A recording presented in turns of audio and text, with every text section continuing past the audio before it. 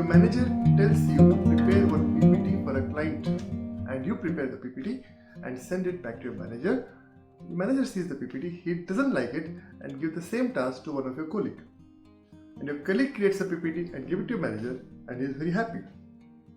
You are in fact frustrated because your slideshow was around 30 slides and your colleague prepared a slides of around 12 slides and he was very happy with it. In your colleague's slide there was not much information, but still he was happy. And you're like, what is this? How come? Then you are in a client place, you and your manager, and you're trying to give demonstration to the client, and your manager interrupts in between and he takes over, and then later on in the car he gives you feedback that you are giving unnecessary details and you're not communicating properly. This deal would not be closed. So I interrupted and got it further, and you're thinking, man, what am I doing wrong? Because I was explaining the product properly, I was demonstrating the feature, I was doing everything. Where did I went wrong? He could not understand. And next time your colleague goes there and he doesn't go much, he just talk at the top level, just talk about the features, just talk about the benefits, and that's all he gives, and your manager is very happy with him. You start assuming that he is partial, to be honest. And then, not only that much, your manager is never happy with your work. He always says that you're not communicating well, you're not giving him the proper data, you are trying to hide something from him, and you're thinking, well, nothing, I'm hiding nothing, I'm giving all the information. And you think of quitting the organization. Well, this was the situation of one of my clients. He was in the same situation, he wanted to quit the organization, but before quitting, he met me.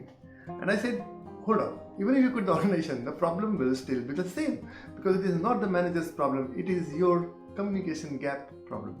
And he said, is it? How can I fix it? I said, very simple. I can train you in less than 4 months. It is very easy to master if somebody dedicate their mind to it. So first thing I did him was I did a psychometric assessment for him, and in that assessment I found he is a detail-oriented person. And the input which he gave to me, I could easily make out that his manager is a bottom-line person. So I explained to him how to communicate to a bottom-line person even if you are a detail-eyed person. For an example, when a detail-eyed person is trying to give presentation to a client, he believes I have to give all the information so that the client will be happy to make a decision. But when a bottom-line person is there, he understands that if you give unnecessary detail, the client will be confused, and rather than taking a decision further, he will be stopping it. So that's the biggest problem. So I trained him in 3 areas. So number 1, I would train him in understanding different personalities and communicating to them based on their personality, not up to your personality. Step number 2, I trained him in understanding human needs, because every human has a different needs, and based on their needs they communicate. Now when his manager was telling you are not giving him proper information, what he was expecting was, communicate to me on a regular basis, update me what is happening in the project, don't just give me the bottom line answer, okay this is done, we are on the progress. This sort of answers creating stress in his mind. So regularly talking to them in their language and their pattern. Third thing I trained him was building relationship. Now my client was quite poor in relationship. He was a task-oriented person, completing his task and independently working on it, and just giving him enough information based on what he believes. If this much information I give, it's okay. What is the point in giving information until the work is done? But whereas the manager, he was understanding, man, give me some update, what is happening on a regular basis, so that I am on top of the subject. I should not be in dark. So once I started breaching this gap, my client started feeling really good, and in 4 months, his performance in office started improving, his stress at office started reducing, and not only that much, this also was impacting in his marriage, in his personal life.